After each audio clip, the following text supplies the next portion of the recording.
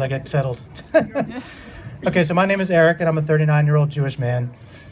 I'm not part of any organization doing impressive and valuable work of so many other groups represented here today. I also don't have any expertise in areas that can help us cope with incidents of bullying, harassment, or any other negative experiences targeting race, religion, gender, sexual orientation, etc. What I do have is my story as a Jewish man, which is a pretty standard Jewish story, and a sense of duty arising from that story to help those who are most vulnerable to discrimination and systemic civil rights abuses in today's America. Being a Jewish man in this country, and especially the DC region, is kind of a strange thing. It generally affords me the same kinds of privilege enjoyed by white men in the US, but it's hard to ever know for certain how people are going to feel when they find out you're Jewish.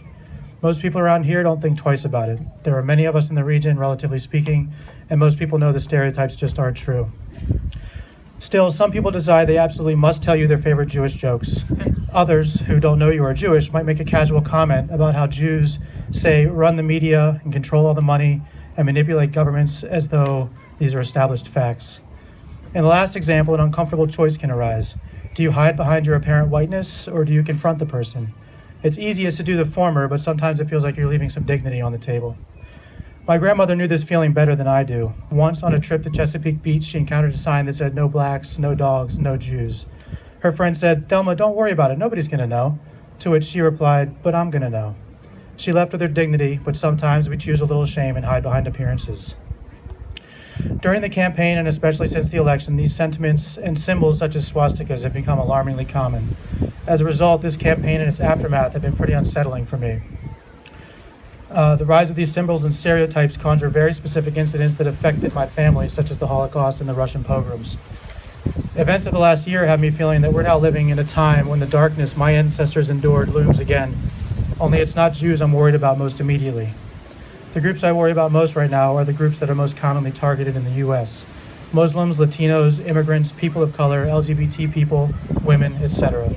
When I hear talk of deporting 2 to 3 million Latino immigrants in 100 days, images come to mind of Jews being packed into boxcars all over Europe and run out of shtetls in Russia during the pogroms. Talk about a Muslim registry brings to mind images of Jews wearing the Stars of David on their clothes and a tattoo on their forearm.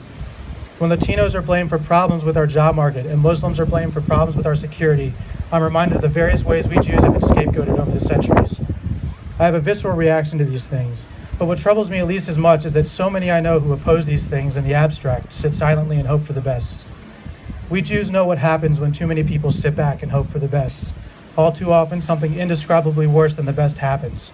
And we can't let that happen here. I will not let that happen to anybody here.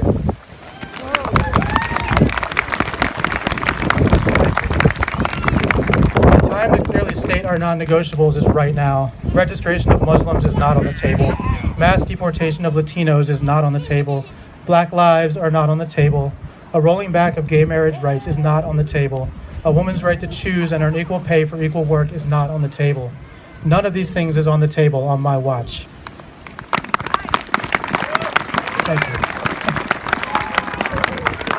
Now, something I really struggle with is how to actively and effectively resist the injustices that I laid out above, as well as other injustices that play out in our streets, in our courtrooms, in our classrooms, and our playgrounds on a daily basis. So it's great to have an event like this where so many people are sharing tools I can learn as I contemplate the next 4 years. Okay, that's all I have to say. I thank you guys for listening. The next speaker is Hannah Zuberi.